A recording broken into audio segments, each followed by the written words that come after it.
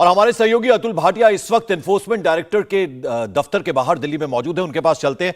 अतुल, मनीष सिसोदिया और के कविता दोनों ही ईडी दफ्तर में है और पिछले लगभग 5.5 घंटे से बातचीत हो रही है। के कविता से सवाल जवाब हो रहे हैं और जानकारी यह भी मिली कि वो अपना स्मार्टफोन लेकर नहीं आई थी, तो खास तौर पर वो स्मार्टफोन मंगवाया गया है और ड्राइवर लेकर आ गया है शायद।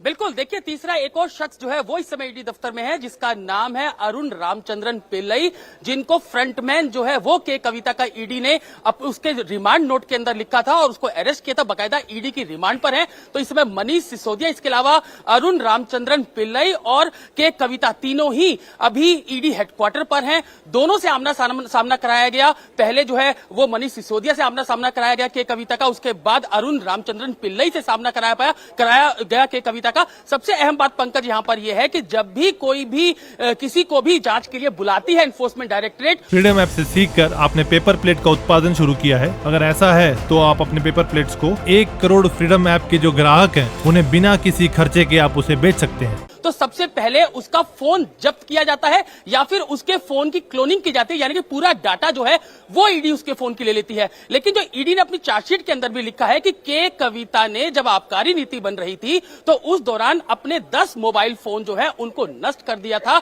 यही कारण है कि आज जब ईडी दफ्तर वो पहुंची तो उनसे पूछा गया कि आपका ओरिजिनल मोबाइल फोन कहां है, तो उन्होंने बोला कि वो घर छोड़कर आई हैं, जो कि तुगलक रोड पर जहां से वो ईडी दफ्तर के लिए निकली थी। उसके बाद जो इनका स्टाफ है, जो सिक्योरिटी है, वो बाकायदा तुगलक रोड उनके घर पे जाते हैं और वहां से जो ओरिजिनल मोबाइल फोन है के कविता का वो यहां पर लेकर आया जाता है। तो अब इस मोबाइल फोन को या तो ईडी जब्त कर सकती है या फिर उसकी क्लोनिंग करने के बाद वो वापस के कविता को दिया जा सकता है। और जिस तरीके से ईडी ने अपनी चार्जशीट के अंदर लिखा कि आबकारी नीति बनने के दौरान 10 मोबाइल फोन के कविता ने वो चेंज किए थे या फिर उनको नष्ट किया था। तो पूरी इन्वेस्टिगेशन इसी बात को लेकर है। और जो अरुण रामचंद्रन पिल्लई है, उनको फ्रंटमैन जो है वो ईडी ने बताया था, वो भी इस समय ईडी दफ्तर के अंदर है, ईडी की कस्टडी में है। मनीष सिसोदिया से भी के कविता का आमना सामना कराया गया। लगभग 5 घंटे से ऊपर के कविता को ईडी दफ्तर के अंदर हो चुके हैं, ईडी हेडक्वार्टर के अंदर हो चुके हैं। 11 बजे वो ईडी दफ्तर पहुंची थी और 11:30 बजे उससे पूछताछ। अतुल, क्या आमने सामने बिठाकर भी पूछताछ? 5 बजने को है, लेकिन अभी तक। अतुल, क्या आमने सामने बिठाकर भी पूछताछ की जाएगी? रामचंद्रन भी बताया जा रहे वहीं पर है, सिसोदिया वहीं पर है, के कविता वहीं पर है और डिजिटल एविडेंस भी ईडी के पास है।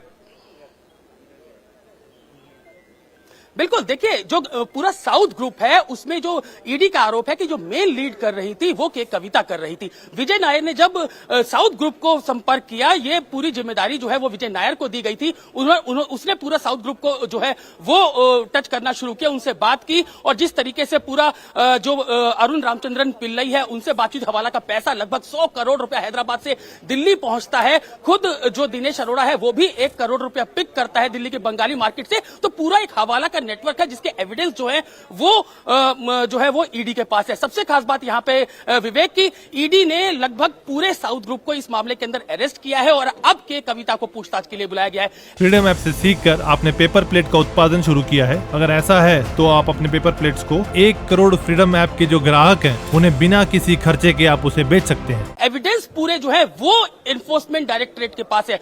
गिरफ्तारी की तलवार के कविता के ऊपर लटक रही है। लेकिन अगर देखने वाली बात होगी कि ईडी आज उन्हें पूछताछ के बाद घर जाने देती है या फिर उनकी गिरफ्तारी करती है, क्योंकि एविडेंस सारे उनके पास है। जो बिच्चू बाबू हैं, जो कि पूर्व ऑडिटर रहे हैं के कविता को, उनको ईडी अरेस्ट कर चुकी है। अतुल, आप ये कह रहे हैं कि के कविता को क्या गिरफ्तार किया जा सकता है? कविता का बताया जाता है।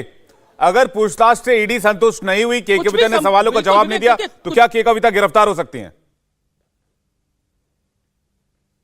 बिल्कुल बिल्कुल, देखिए पूरे एविडेंस जो है वो एनफोर्समेंट डायरेक्टरेट के पास है। आप देखिए साउथ जो ग्रुप है उसमें से अधिकतर की गिरफ्तारी एनफोर्समेंट डायरेक्टरेट कर चुकी है और उसको पूरा लीड कौन कर रहा है? जो आरोप है ईडी की चार्जशीट के अंदर, वो के कविता जो है वो इसको लीड कर रही थी। और जिस तरीके से जो अरुण रामचंद्रन पिल्लई है उनको फ्रंटमैन बताया गया के कविता का, तो गिरफ्तारी की तलवार निश्चित रूप से लटक रही है। अतुल, ये बड़ा अपडेट आप दे रहे हैं और इस पर नजर बनाकर रखिए, आगे भी हम आपसे अपडेट लेंगे और इस मामले से जुड़े हुए हर एक ब्रेकिंग न्यूज को सबसे पहले दर्शकों तक पहुंचाएंगे। इंडिया टीवी हर वक्त हर जगह डाउनलोड करने के लिए सर्च करें India TV news Google play store या ऐप स्टोर पर।